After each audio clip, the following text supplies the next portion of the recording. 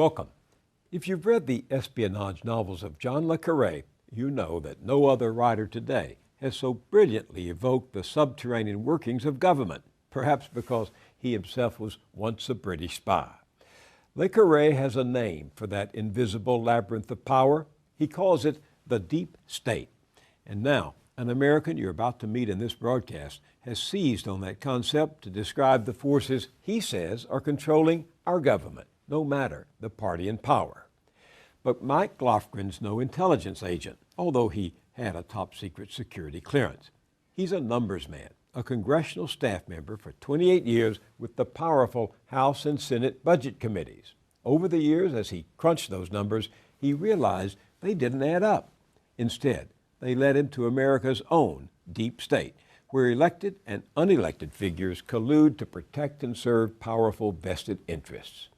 Mike Lofgren was so disgusted, he not only left Capitol Hill, he left the Republican Party and wrote this book, The Party is Over: How Republicans Went Crazy, Democrats Became Useless, and the Middle Class Got Shafted.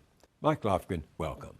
Good to be here again, Bill. This is a difficult subject to talk about. It would be easier if it were a conspiracy you're describing, but that's not the case, is it?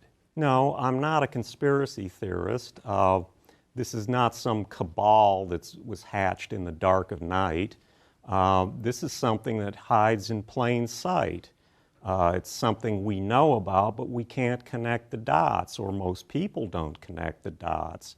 It's kind of a natural evolution when so much money and political control is at stake in the most powerful country in the world.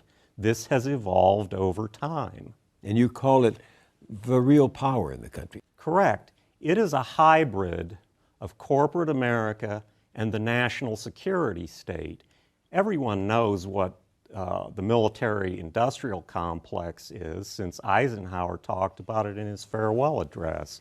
We must guard against the acquisition of unwarranted influence, whether sought or unsought, by the military-industrial complex. The potential for the disastrous rise of misplaced power exists and will persist. We must never let the weight of this combination endanger our liberties or democratic processes. Everyone knows Wall Street and its depredations. Everyone knows how corporate America acts. They're both about the same thing. They're both about money, sucking as much money out of the country as they can, and they're about control, corporate control and political control. You said this, in your judgment, is the big story of our time. It is the big story of our time. It is, I would say, the red thread that runs through the history of the last 3 decades. It's how we had deregulation, financialization of the economy, the Wall Street bust, the erosion of our civil liberties, and perpetual war.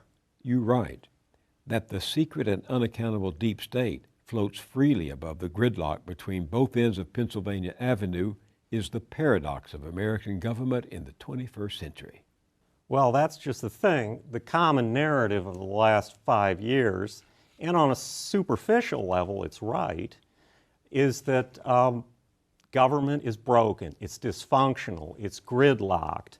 Well, that's true, and that is the visible government, the constitutional government we learn about in Civics 101, and it is gridlocked.